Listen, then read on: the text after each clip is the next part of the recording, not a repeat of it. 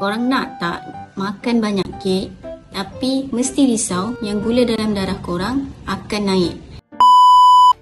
Tapi korang jangan risau. Saya akan sharekan satu tips ni yang dapat mengawal gula dalam darah korang.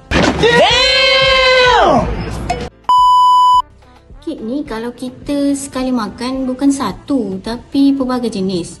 Dan gula dalam kek tu confirm banyak. Dan confirm gula dalam darah korang akan naik mendadak. Jadi korang nak kawal gula dalam darah korang tapi nak makan banyak kek.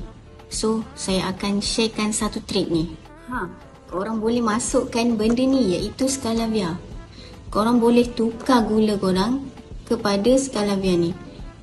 Korang masukkan saja 1 atau 2 titis dalam acuan kek korang dan kek korang tu akan jadi manis seperti korang letak gula.